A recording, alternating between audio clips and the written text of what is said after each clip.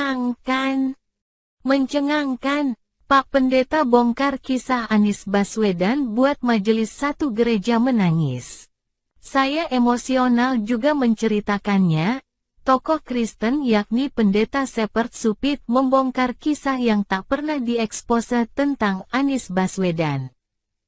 Kisah tersebut merupakan momen ketika Anies membuat seisi gereja menangis karena memperjuangkan IMB gereja yang selama bertahun-tahun dan berganti kepemimpinan gubernur tak pernah didapatkan.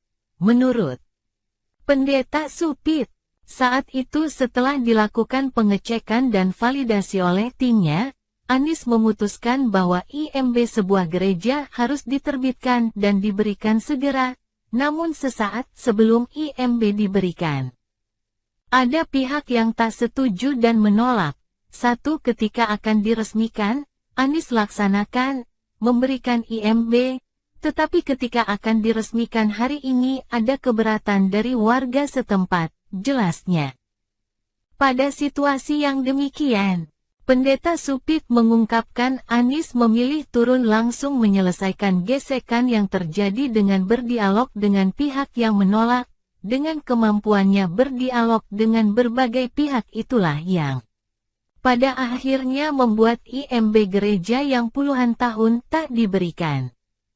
Pada kepemimpinan Anies bisa terbit, singkat cerita, dia turun langsung dan reda yang menjadi ganjalan-ganjalan bisa terhubungkan lagi.